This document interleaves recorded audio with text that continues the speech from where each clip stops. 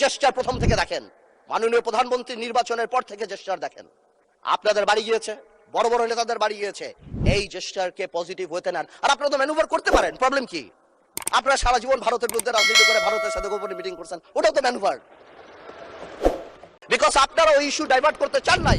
We wanted the fascist government to go and they left, it was a plan. ওইটা literally আপনারা ধরে বলছেন কি আমরা নাকি আন্দোলনে নাই। আচ্ছা চিন্তা করেন তো ভাই, একটা ভোটারের কাছে যদি আমি জিজ্ঞেস করি যে আমি একটাতে ভোট দিতে চাই না, I do not agree with one of the provision, আমি কি করব? হ্যাঁতে ভোট দিব না নাতে ভোট দিব?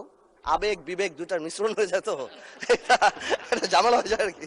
যে কেন জানি প্রথম থেকে আমাদেরকে জুলাইয়ের বিরুদ্ধে নিয়ে যাওয়ার একটা পায়তারা দেখতে পাচ্ছি।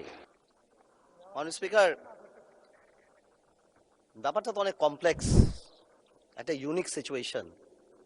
আমি আমার সম্মানিত বিরোধী দলের নেতাদের চোখে আবেগ দেখি, কথায় দেখি, তবে একটা জিনিস এটাও দেখি যে কেন জানি প্রথম থেকে আমাদেরকে জুলাইয়ের বিরুদ্ধে নিয়ে যাওয়ার একটা পায়তারা দেখতে পাচ্ছি। ঠিক যেমন, ঠিক আমাকে কথা বলতে দেন। If you understand the decorum, please, please. আমি কেন was quiet when এটা হবে না কিন্তু। তো আমাকে আওয়ামী লীগ সরকার মনে পড়ে যায় যে আমরা যদি কোনো কথা বলতাম যুদ্ধাপরাধের বিচার চায় না, আমরা বলতাম তেলের দাম কত, যুদ্ধাপরাধের বিচার চায় না। আমি অনেকখানি ওই অ্যাটিটিউডটা দেখতে পাচ্ছি। সবচেয়ে বড় কথা, we have no problem with July সনদ। আমাদের প্রবলেম প্রক্রিয়া নিয়ে।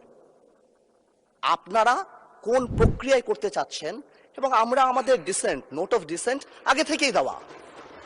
আমাদের প্রক্রিয়া ছিল, আপনারা দেখেন উইথ ডিউ রেসপেক্ট, একদম